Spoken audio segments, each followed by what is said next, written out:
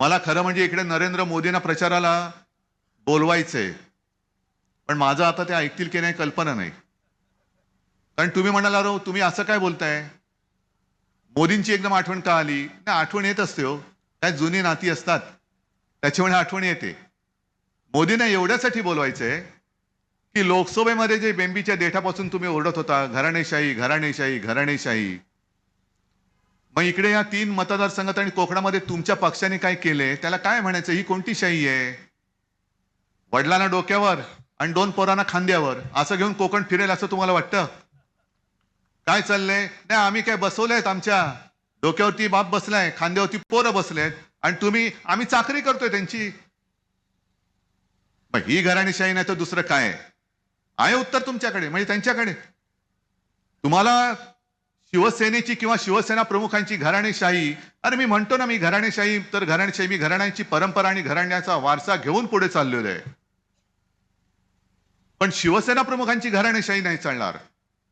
त्यांच्यातले सगळे फोडून गद्दार म्हणून आम्ही घेऊ. पण शिवसेना प्रमुखांचा मुलगा नाही चालणार. वो तो नकली संतान आहे. एवढी मजल गेली तुमची.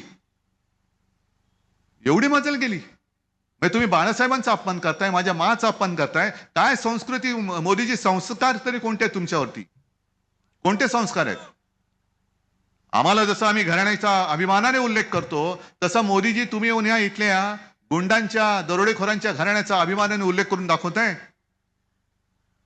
आणि ही तुमची परंपरा कोकणला मान्य आहे. आता विनायकजी तुम्ही बोललात की कोणतरी एक जाऊ दे, अशा पकपकीकडे मी लक्ष पण देत नाही. अरे आव्हान कोणी द्यायचं? आव्हान मर्दानी द्यावं लागतं. मर्दानी आव्हान द्यायला पाहिजे. हे कसलेत? नुसते इकडनं तिकडे, तिकडनं तिकडे.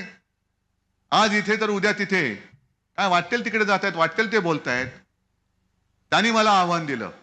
हे येऊन रस्त्याने जाऊन दाखवा. हेलिकॉप्टरने येऊ नका.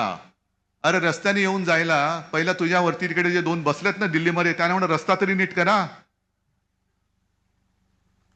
मुंबई गोवा रस्ता अजून खड्ड्यातला आहे. दुसरा नॅशनल हायवे त्याचं तर जवळपास वर्षभर कामच बंद आहे. हा बावडा रोड. बावडा ना कारण हे बोलणारं मला वाटलं बेवडा आहे. पण रोड बावडा आहे. बावडा रोड बंद.